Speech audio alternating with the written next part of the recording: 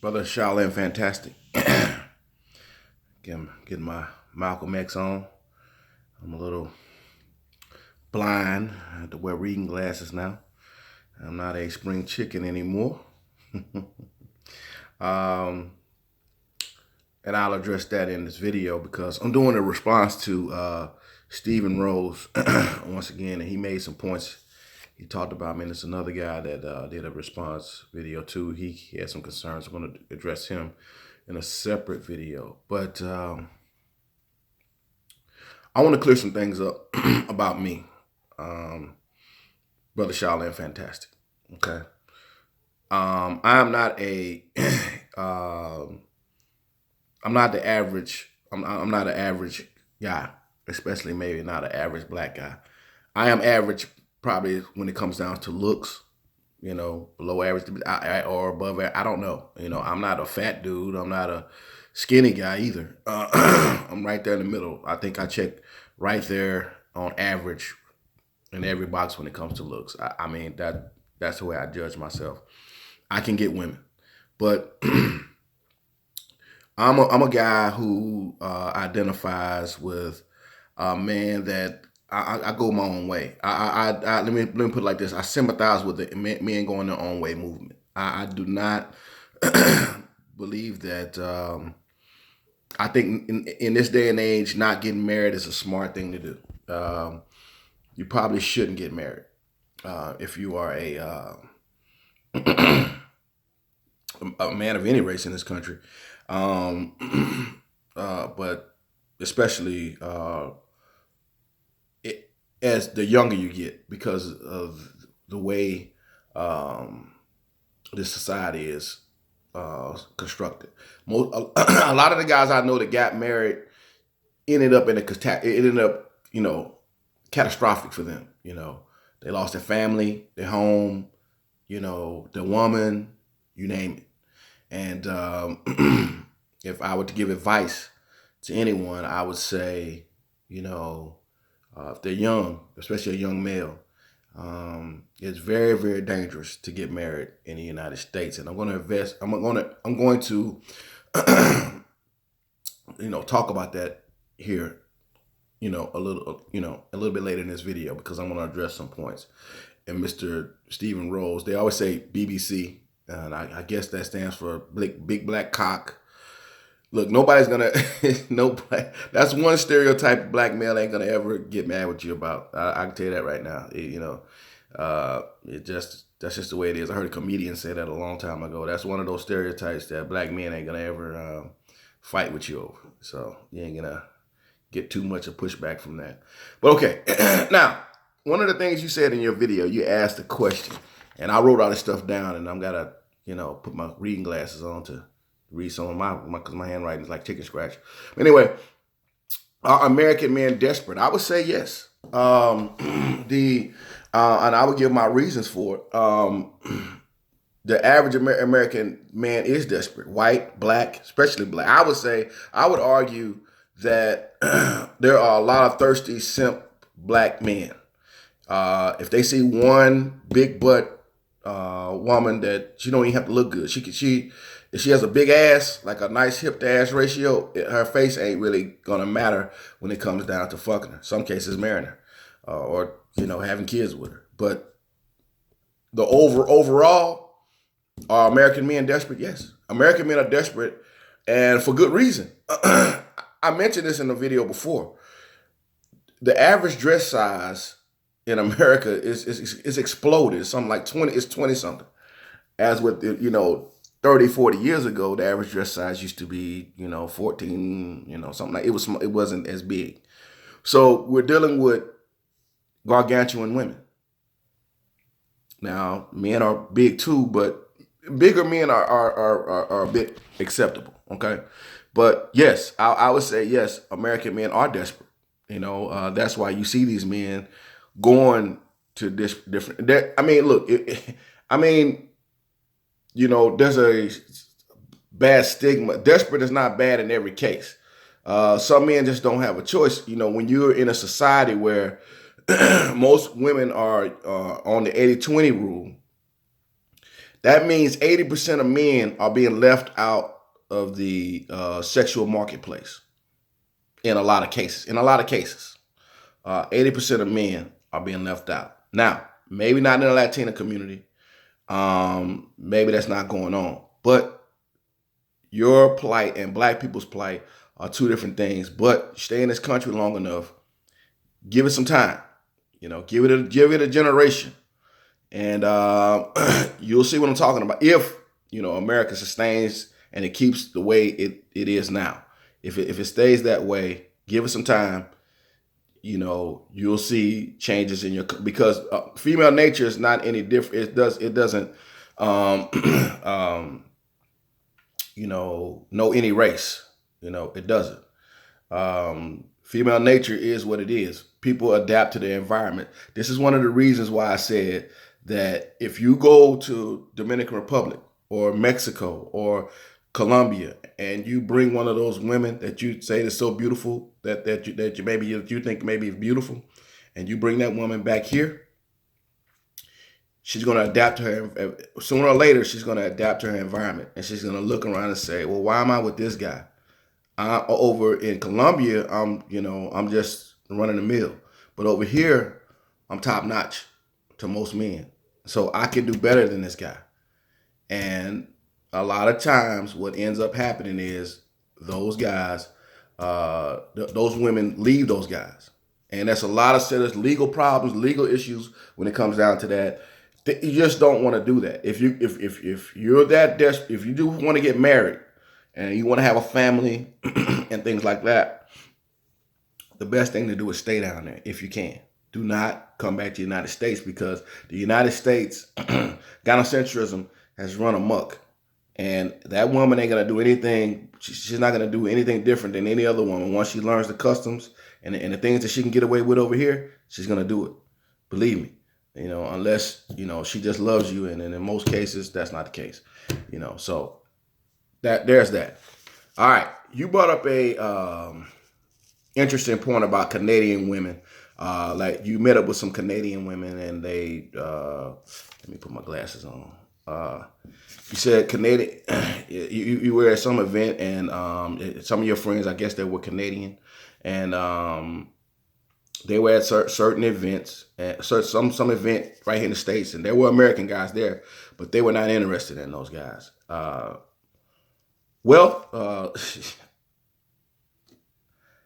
you have it. I mean, that is female nature right there. Right there in what you just said. It's the 80-20 rules. It's okay. You got all those women and you ask those women a question.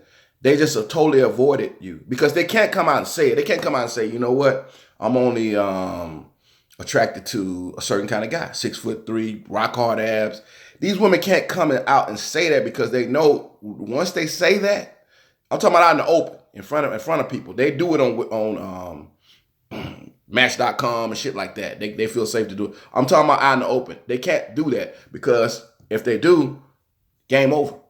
Men will say, well, I don't fit that criteria, so let me just move on. So in order to keep men trying to court them, they won't say that. But passive aggressively, by them ignoring you, asking that question, they were telling you that they weren't attracted to any of those, because if they were, they would have told you, yeah, I met a guy, he was amazing, or whatever, and they didn't do that. They just completely avoided the conversations. There's like, now your explanation was that American men are too cocky or whatever. I mean, that could be the case. I don't know, but every American man that they ran into was too cocky for them. No. Canadian women are Western women, just like in the United States, they're Western women. They're in the Western Hemisphere. They're not a third world country. And it's just like I said before, and I stand by it. Whenever you take away certain words, like, Canada's a socialist state. So whenever you take away basic, needs, necessities, you supply that, the government supplies these things, then the women can act on their base desires. Okay, and that's like when I'm talking about in a place like Dominican Republic, Colombia, Women can't do that. Mexico, they can't act on their base desires. They have to get a mate. And if that man can provide, if that man is working, if that man can work the field or can help you live off the land, they have to go with that man. But in a first world environment where a lot of things are already provided, or you have to do very little to garner those resources. I mean, poor people over here have running water and fat bellies. So you get those women in those situations, they're gonna operate on base desire. They're gonna say, okay, well, give me this 6'5" guy. That's what I want. But in a situation where it's life or death, if I make the wrong choice in a man, they'll tend not to do that as much. Okay. All right. A number 3 point that I want to get to. Okay, wait a minute. Let me, because I marked down a point that I really want to get to. Okay. All right. When we have these conversations about white and black people and the difference, and it's not that black people in this country are facing a different scenario. It goes back to the saying. It's an old saying that goes on in this country. When white people catch a cold, black people catch the flu. We're in the flu stages, right? Our condition is much worse because it has festered longer, or it accelerated much faster. Feminism accelerated real fast within the black community. So it's now where you see what you see now is total collapse. I mean, pretty much collapse. Not everywhere, not every black person, but what I'm saying is there's a lot of collapsing going on. In some of these inner cities.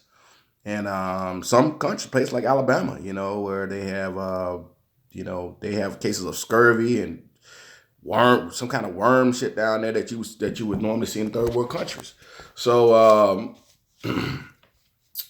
yeah, feminism, has hit the black community hardest. It's hitting the white community now. And I'm gonna give you some stats on this. In 1960. The out-of-wedlock birth rate in the black community was something like 19%. And in the white community, it was 3%.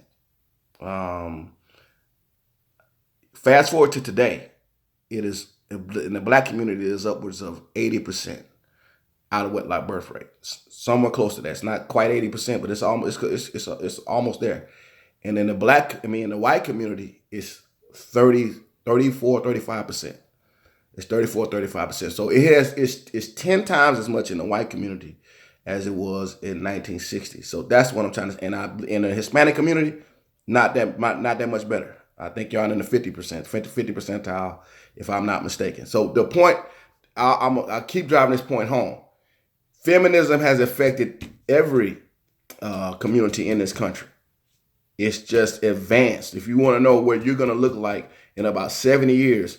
50 to 70 years, you look at black people. That's what you're gonna. If it continues course, that's where you're gonna be. This is the fate of white people or this country as a whole. If it continue to fester, we want to be the examples of that. Right now, like I said, it's too far gone. It's a search and rescue mission at this point. The train came off the rails a long time ago, and it pains me to say it. I hate to say it, but if you look at the numbers, the train came off the rails a long time ago. Black men that's worked any of their salt, they got off the bus way back when. They got, that's why you see black guys dating interracially. In certain cases, it's really not that big. It's like 15% of black men date out or marry interracially. Probably more than that date.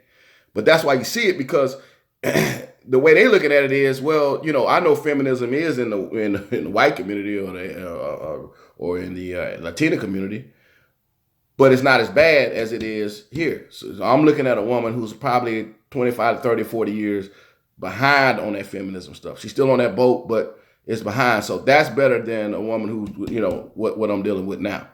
Not all black women are like this. Not all black women are on that feminist stuff. I'm not saying that. I'm just saying it's pretty bad, and all you got to do is look at what's going on. That's all you got to do. It's not really that hard. Okay. All right. one of the points you made in your video at the 27:53 mark. You said men that have kids with bottom feeder women in the States. See, all right, you were talking about athletes that are supposed to be the elite guys having kids with strippers and lower class women. Well, that goes to my point is they're going off looks. I'm not saying it's right. I'm not saying that it's right for a man to do that. They're going off there. Well, this girl has a big booty, or this girl has some nice titties, and she has this certain kind of look that I want, and they stupidly go out and get these women pregnant. And okay, then that goes right with your argument that when you see black guys go down to these, that's what you said you saw. I didn't say that. You said that. You said that you see these guys go down and they get lower class women. Well, you just called these women lower class, right here at the 27:53 mark. You call them lower class bottom feeder. When I think bottom feeder is the word that you used, that they get those women pregnant. So again, like attracts like. If guys over here getting bottom feeder women, they're going to go to other countries and get similar sort of women. And in a lot of cases, they probably not bottom feeder when they, to them, they're not bottom feeders. You know what I'm saying? But I will admit, black men, we do have a well-earned reputation for fucking anything. We have a well-earned reputation for that. I know some guys that do that. I'm not going to deny that. And all men do it. All men do it. But black men, we are the worst offenders. We'll stick our dick in a hole that has hair around it, around a tree. A lot of brothers don't give a shit. They just get busy like that. So okay, I wanted to address that because you were talking about the bottom feeder women in the United States, and there's a lot of that going on here. It's a lot of people fucking with bottom feeder women. Okay, all right. You addressed men putting women on pedestals. And I think you and the other guy that made a video to you were talking about we have to stop doing that. I agree. You have, putting women on pedestals like that, creates a very bad environment. And that is what I mean about reversing the effects of feminism. You're going to have to get off that boat. I don't know how you're going to fix it. My solution to me is to handle it personally, is to disengage. I will have sex with a woman, but, getting married is going to be a hard sell for me. It's going to be a very hard sell. I'm not saying I won't do it, but it'll be a very hard sell for me to get married at this point. Men desire having families and things like that, but the risk is way too high. And y'all live in this country just like I do. So I don't want to hear this about your woman won't do it. You don't know what your woman won't do once she figures out that she can do it. Now, you can say that Latina women are more family oriented or family prone or whatever like that. Okay, that's fine.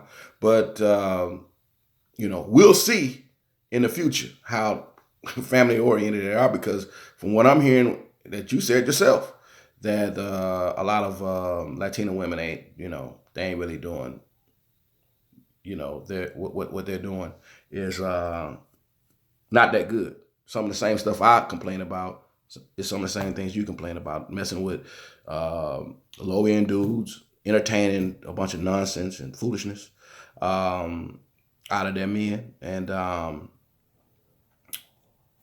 same thing here. My only difference that I can see is it's just accelerated. The kids that were spawned out of that kind of behavior, some of these kids are 25, 30 years old now. That's been going on 30, 40 years old. My age. We got, some dysfunctional motherfuckers my age, that's the way it is. I'm under the belief that everybody's just behind us. We're ahead. The train fell off. The train fell off the tracks a long time ago with us. Okay, let me move to the next point. Okay.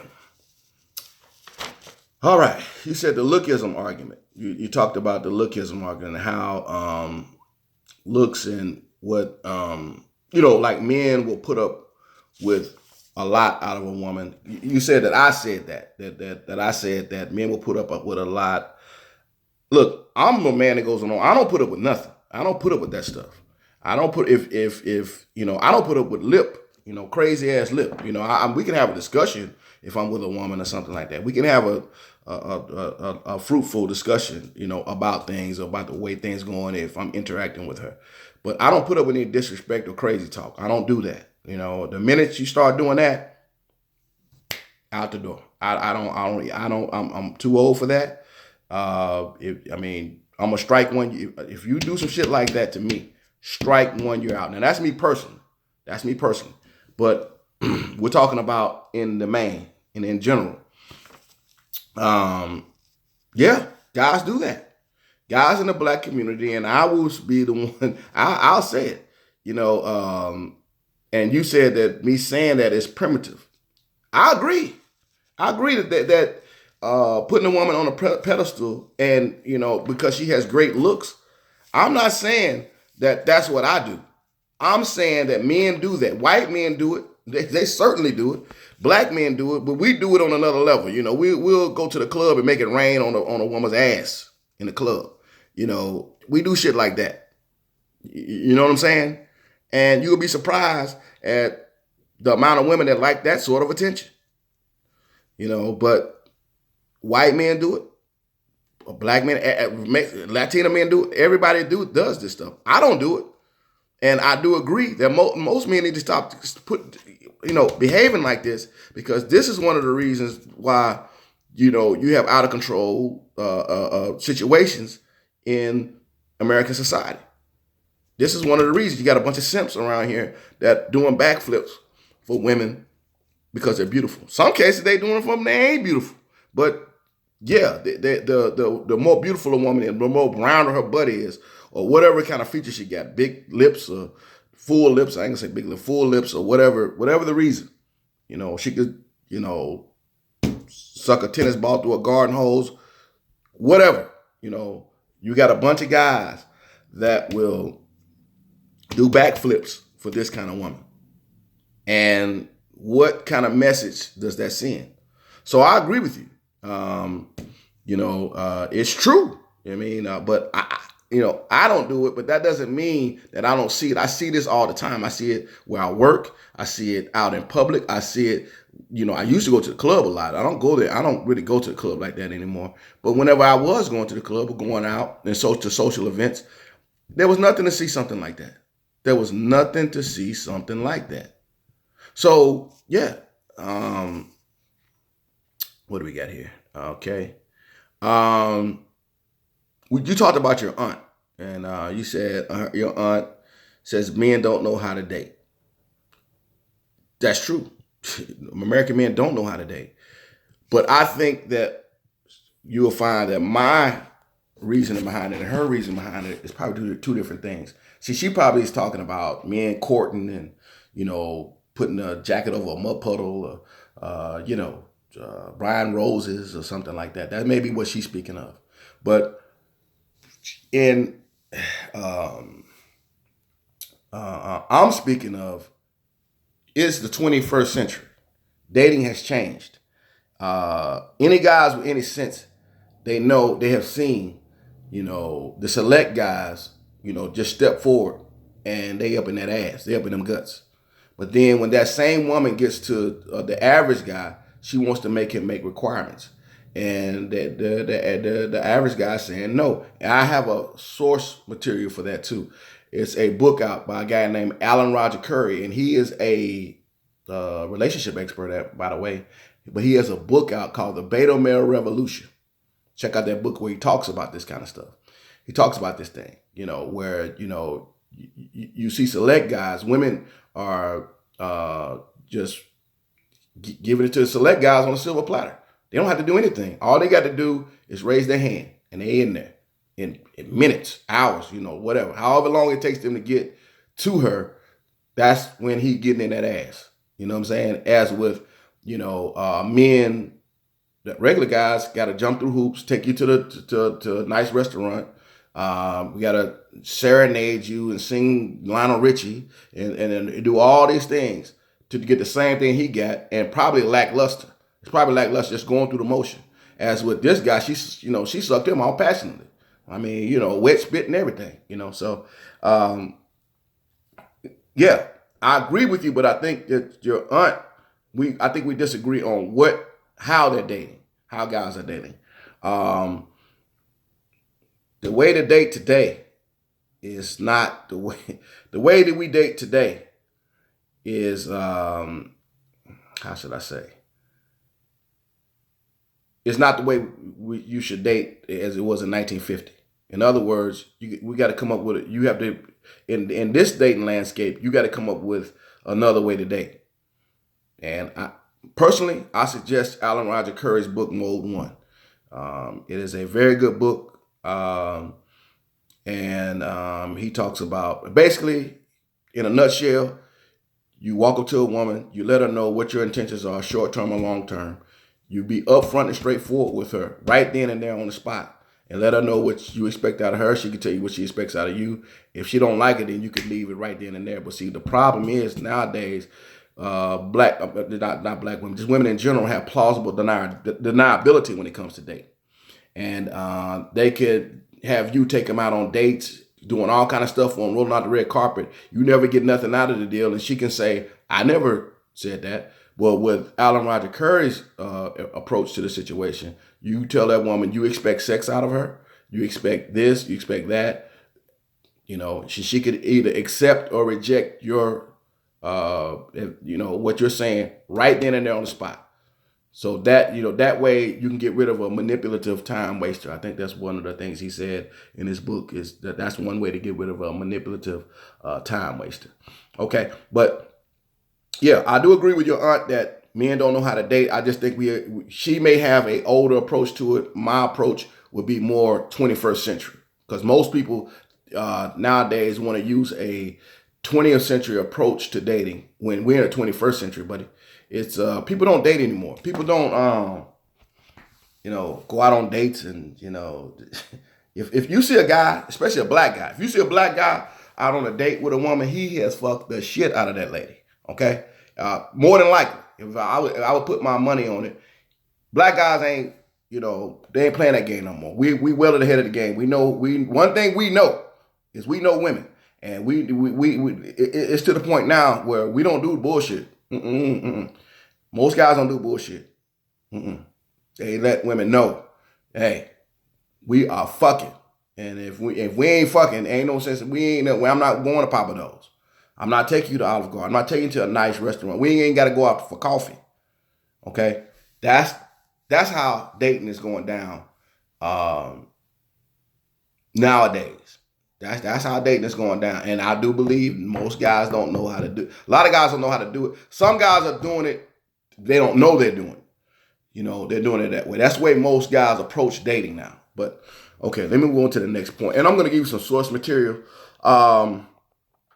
And where I get a lot of my thoughts and everything from. Dr. Helen Smith, I'm not just pulling this stuff out of my ass, okay? Dr. Helen Smith wrote a book called Men on Strike. And she makes some of the same points that I'm making here.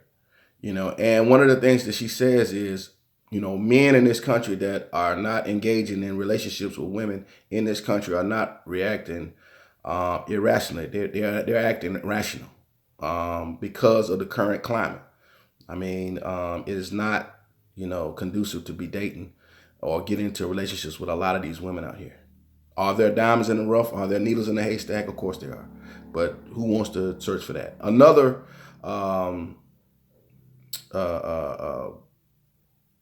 source material I would like to hit you with is a book called Disintegration by Eugene Robinson. And it goes more into the black community and what happened and why it is the way it is. And he says what we can do about it. I don't quite agree with that, but I do agree with the certain things that he's talking about. I'm going to come back with another video because my thing is blinking and running out of time.